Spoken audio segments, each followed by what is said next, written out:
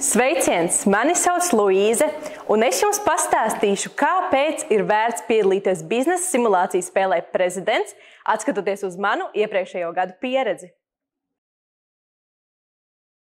Kā pirmais noteikti būtu networkings, jeb tīklošanās, jo vienmēr ir nepieciešama komunikācija savā starpā, gan savā komandā, gan arī komunicējot ar citām valstīm, lai izveidotu šo te galveno stratēģiju.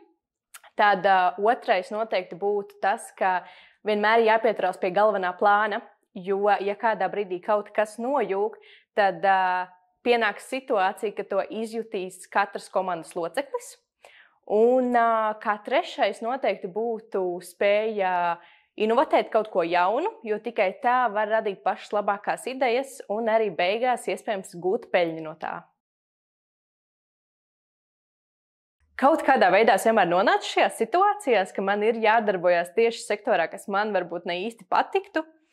Un tā spēja ieraudzīt kaut ko interesantu un patīkamu katrā no šīm lietām un tādā veidā arī sasniegt šo te rezultātu un pēc tam būt pašam ar sevi ļoti gandrītam.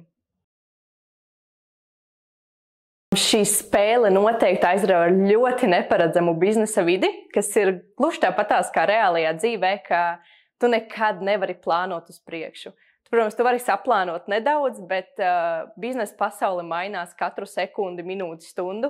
Un arī šajā spēlē tas ir ļoti jūtams, ka, ja tu arī izveido savu stratēģiju, tev noteikti nāksies to pārdomāt vairākas reizes spēles laikā, jo vienkārši situācija mainīsies nemanot.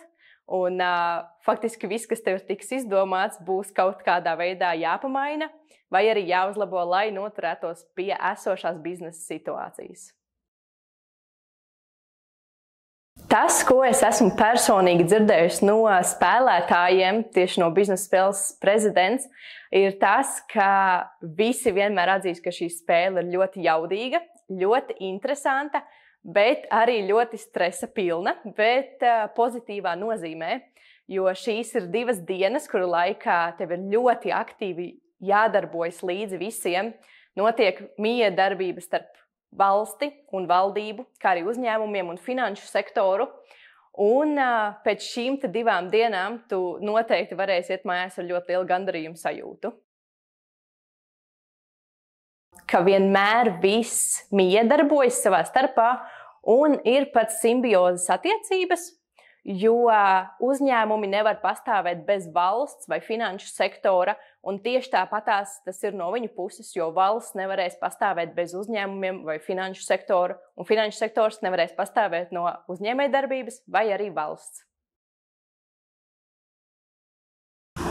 Piedalies arī tu!